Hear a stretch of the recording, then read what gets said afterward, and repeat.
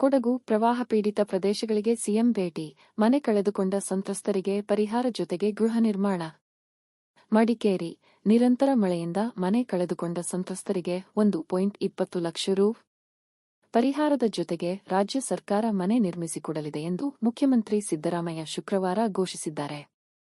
ಕೊಡಗು ಪ್ರವಾಹ ಪೀಡಿತ ಪ್ರದೇಶಗಳಿಗೆ ಭೇಟಿ ನೀಡಿದ ಬಳಿಕ ಮಾಧ್ಯಮಗಳೊಂದಿಗೆ ಮಾತನಾಡಿದ ಮುಖ್ಯಮಂತ್ರಿ, ಮಳೆ ಕಡಿಮೆಯಾದ ನಂತರ ಪರಿಹಾರ ಕಾರ್ಯ ಕೈಗೊಳ್ಳಲು ರಾಜ್ಯ ಸರ್ಕಾರ ಸಿದ್ಧವಿದೆ.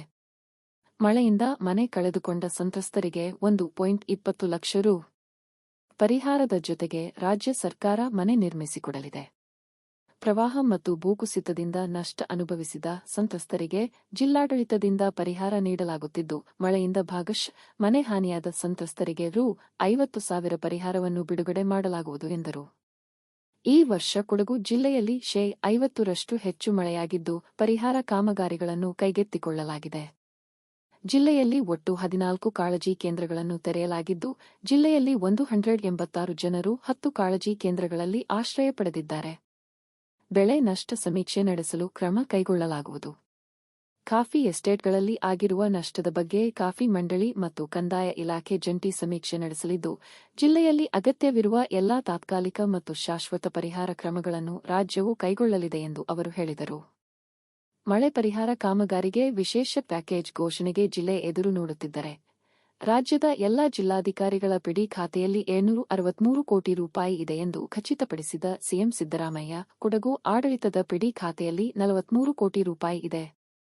ಅಗತ್ಯವಿದ್ದರೆ ಹೆಚ್ಚಿನ ಅನುದಾನ ಬಿಡುಗಡೆ ಮಾಡಲಾಗುವುದು ಎಂದು ಭರವಸೆ ನೀಡಿದರು. ಈ ಮಧ್ಯೆ ರಾಜ್ಯ ಸರ್ಕಾರ ಈ ಹಿಂದೆ ಕಸ್ತೂರಿರಂಗನ್ ವರದಿಯನ್ನು ತಿರಸ್ಕರಿಸಿತ್ತು. ಆದರೆ ಅರಣ್ಯ ಸಚಿವ ಈಶ್ವರ ಖಂಡ್ರೆ ವರದಿ ತಿರಸ್ಕರಿಸುವ ಮುನ್ನ ಮತ್ತೊಮ್ಮೆ ಚರ್ಚಿಸುವಂತೆ ಸೂಚಿಸಿದ್ದಾರೆ. ಈ ಬಗ್ಗೆ ಚರ್ಚೆ ಮಾಡುತ್ತೇವೆ ಎಂದು ಮುಖ್ಯಮಂತ್ರಿ ಸ್ಪಷ್ಟಪಡಿಸಿದರು. ಜಿಲ್ಲೆಯ 2 ಭೂಕುಸಿತ ಪೀಡಿತ ಪ್ರದೇಶಗಳಿಗೆ ಭೇಟಿ ನೀಡಿದ ಮುಖ್ಯಮಂತ್ರಿ ಸಂತ್ರಸ್ತರೊಂದಿಗೆ ಸಂವಾದ ನಡೆಸಿದರು.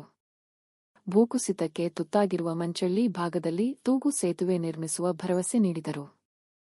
ಭೇಟಿ ವೇಳೆ ಜಿಲ್ಲಾ ಉಸ್ತುವಾರಿ ಸಚಿವ ಎನ್.ಎಸ್. ಬೋಸರಾಜು, ಶಾಸಕರಾದ ಎ.ಎಸ್. ಪೊನ್ನಣ್ಣ, ಡಾ. ಮಂತರ್ಗೌಡ ಮತ್ತಿತರರು ಉಪಸ್ಥಿತರಿದ್ದರು.